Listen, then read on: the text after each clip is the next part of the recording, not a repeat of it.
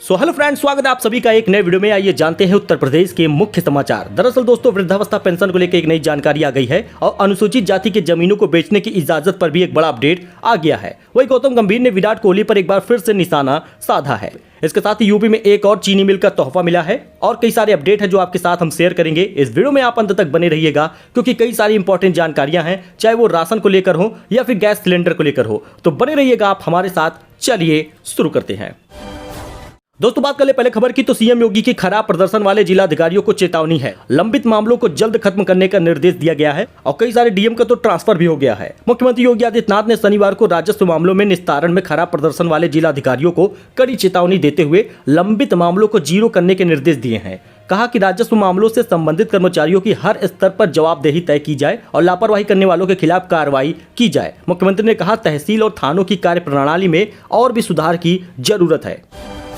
अच्छा, इसके साथ ही योगी सरकार ने इस शहर के लोगों को दी है बड़ी सौगात। 2 करोड़ 80 लाख रुपए से संवारा जाएगा राजा चंद्रसेन का किला। जी हां दोस्तों, 11वीं और 14वीं शताब्दी तक ये एक समृद्ध राज्य की राजधानी थी। पसीने वाले हनुमान मंदिर के निकट यमुना घाट पर बंदरगाह के अवशेष ये बताते हैं कि पहले यहाँ पर जलमार्ग से व्यापार होता था। राजा चंद्रसेन के किले के खंडहर अब भी यहाँ है, लेकिन जैन, हिंदू और मुस्लिम धर्मों के धार्मिक स्थल होने के कारण समय समय पर यहाँ पर आयोजन होते हैं। यही कारण है कि इसको संवारा जाएगा लगभग 2 करोड़ 80 लाख रुपए से।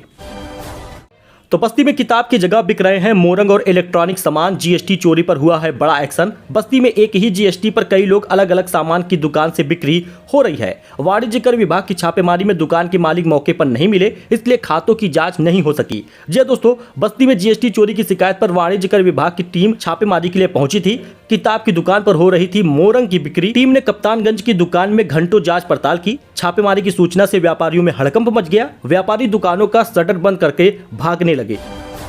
तो दोस्तों, 19 सितंबर को आज गणेश जी की स्थापना होगी। आपको मूर्ति स्थापना और पूजा की सही विधि हम बता देते हैं। दरअसल आप गणेश चतुर्थी में पूजा करने बैठ रहे हैं तो सबसे पहले आप एक पंडित जी की व्यवस्था जरूर कर लीजिए, क्योंकि वो सारे काम आपके आसान कर देंगे। फिलहाल अगर आप अपने आप से गणपति जी की स्थापना कर रहे हैं तो मंदिर को साफ रखिएगा, स्नान करके वस्त्र को साफ पहनिएगा।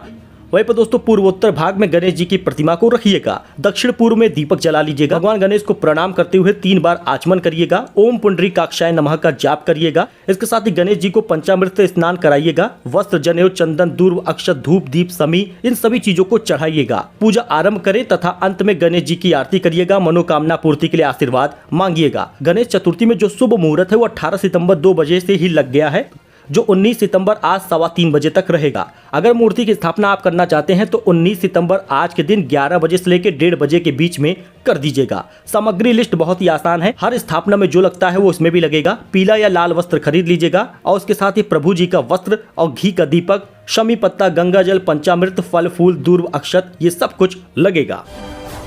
तो निःशुल्क राशन लेने वालों के लिए एक और बड़ी खुशखबरी है। पीएम मोदी ने दी है सौगात। 2 अक्टूबर तक सभी सुविधाएं मुफ्त होंगी। दरअसल दोस्तों, निःशुल्क राशन कार्ड वालों के लिए एक और खुशी की खबर है। पीएम मोदी एक बड़ी योजना लेकर आए हैं। राशन कार्ड धारकों को सौगात मिली है। अब राशन कार्ड धारकों को आयुष्मान कार्ड का भी लाभ दिया जाएगा। अभी तक अगर आप अंत्योदय राशन कार्ड धारक रहते थे तभी आपको आयुष्मान कार्ड बन पाता था और पात्र गृहस्थी वाले मुंह देखते रह जाते थे। लेकिन दोस्तों, अब राशन कार्ड धारकों में दोनों राशन कार्ड धारकों को आयुष्मान कार्ड बनेगा, यानी पात्र गृहस्थी सफेद राशन कार्ड वाले भी आयुष्मान कार्ड बनवा पाएंगे। 2 अक्टूबर गांधी जयंती तक आयुष्मान कार्ड के श्रमिक पात्र लाभार्थियों को भी सभी सुविधाएं निःशुल्क मिलेंगी। इसके साथ ही 23 व 24 सितंबर को फर्रुखाबाद जिले के सभी स्वास्थ्य केंद्रों पर श्रमिकों के निःशुल्क प्रशिक्षण की भी व्यवस्था उपलब्ध कराई गई है।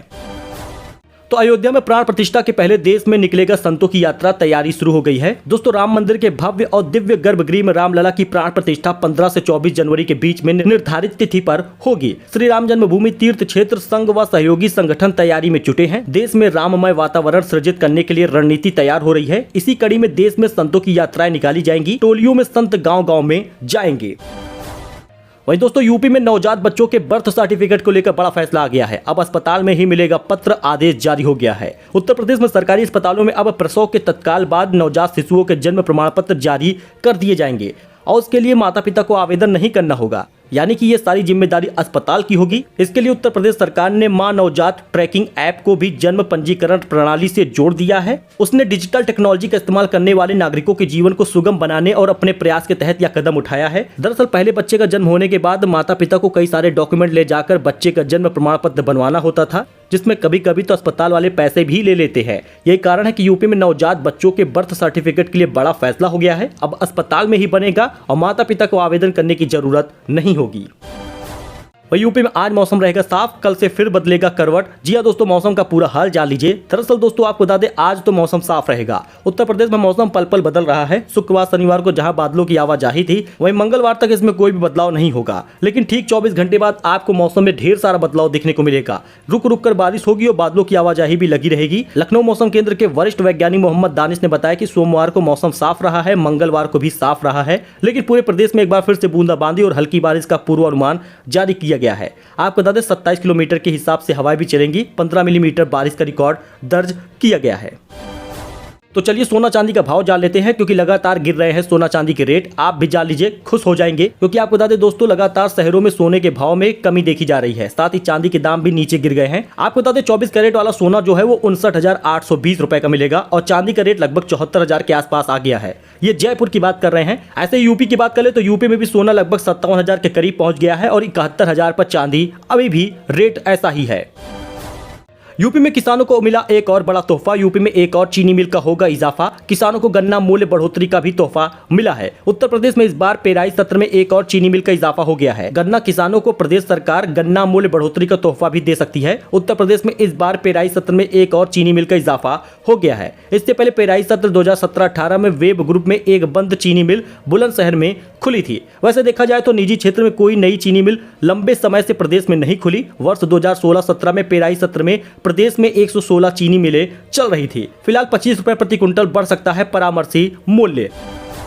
भारत ने एशिया कप 2023 का खिताब जीत लिया है। वर्ल्ड कप 2023 में सिर्फ 3 सप्ताह बाकी हैं। इस बड़े इवेंट को जीतने के अपने मायने हैं, लेकिन अच्छी बात यह है कि कप्तान के तौर पर रोहित शर्मा के लिए ये बड़ी जीत है। वे पिछले साल Asia cup, T20 world cup और इस साल वर्ल्ड कप चैंपियनशिप का फाइनल हार चुके हैं। ऐसे में वर्ल्ड कप से पहले एशिया कप जीतना बड़ी बात है। खिताबी जीत के बाद पूर्व ओपनर गौतम गंभीर ने एक तरह से विराट कोहली पर निशाना साधा है। उन्होंने कहा, रोहित शर्मा ने तो बतौर कप्तान 5 IPL खिताब जीते हैं। कुछ लोग तो ऐसे भी हैं जो एक भी बार खिताब नहीं जीते।